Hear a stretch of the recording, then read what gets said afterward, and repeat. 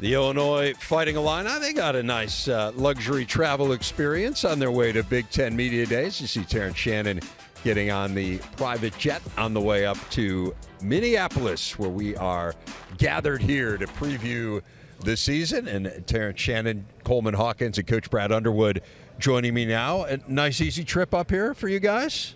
Yes, sir. Yes, sir. All right. Let me start with this. I have to believe that you're delighted to hear the names Terrence Shannon and Coleman Hawkins here. I mean, you know, the fact that you have two legitimate superstars back on this team when they easily could have gone to the next level. Tell me about kind of what that means for this group this year. Yeah, you know, and I'm happy to have them sitting here. There's no doubt. We've got two guys that I think in their own right are two of the better players in the country, not just the league. And to know that they went through their process, they did their due diligence and felt like that coming back was in their best interest.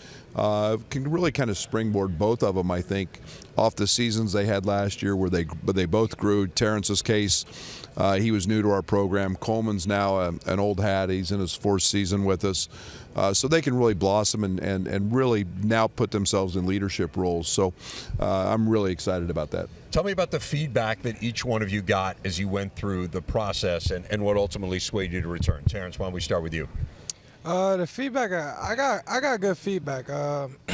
Most of the feedback I got was just making decisions with my right hand and improving my outside jumper more.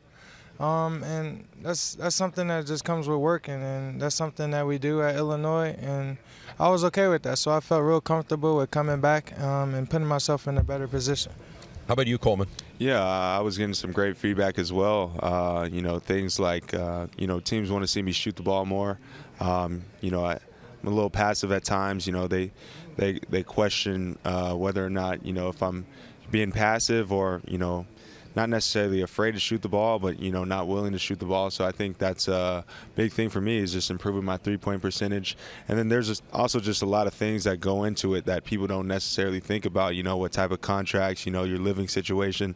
So I thought it was best for me to come back to Illinois, you know, great housing, great program. You know, I'm familiar with everything.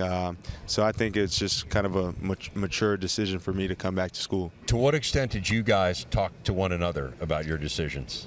We didn't really talk. We didn't really talk. On the day of the deadline, Coleman, he asked me, was I coming back? And I didn't know at the time, so I didn't really say anything. So, but we ended up like making a decision around the same time. Yeah, for sure. We kind of just let each other just handle, you know, our Right. situations differently. You know, we're in different situations, so yeah.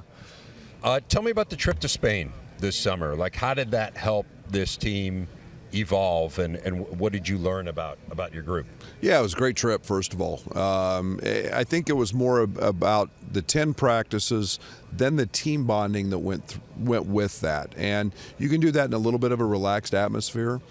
We've got a good group of returners back, and then you throw in the new guys. And we brought grad transfers in. We have 3 freshmen who joined us as well. But we played even minutes for the most part, and all we tried to do was develop a little chemistry. Marcus Dumas didn't get a play in that due to an injury, but it gave us an opportunity just to kind of blend, for these guys to get to know each other in different ways on the court and off.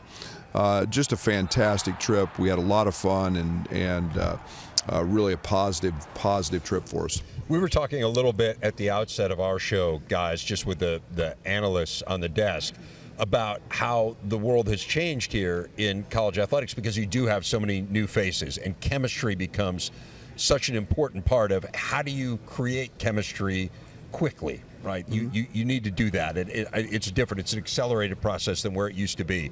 How did that trip to Spain help you guys in terms of meeting some of these new guys, the transfers, the freshmen, and integrating them into your group? I feel like Coach Brad, he got to see what everyone was capable of on the court, just going against different opponents. And after that, we got a good evaluation of, I think, everyone getting their roles on the team and what they needed to work on and what they could be better at and what they were really good at.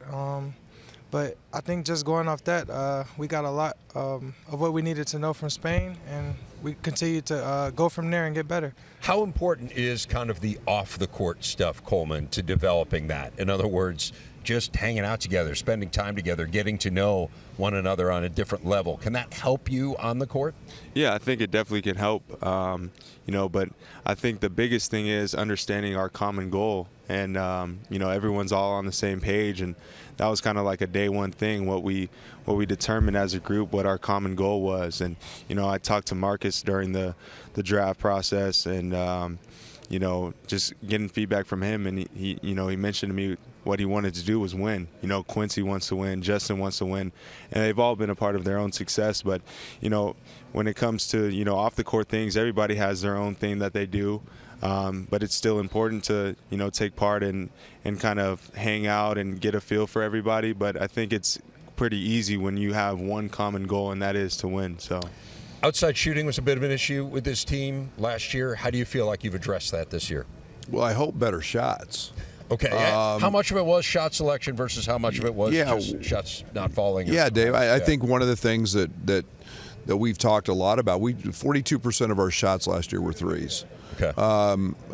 And we probably took as many contested threes early in the shot clock as any team in the country. And that's not a knock on anybody. That was me not getting us to execute at a high level.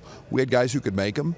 But we've got to find a better balance. We saw late in the year Coleman's effectiveness in the post. Dane Deja had moments where he was dominant in the post.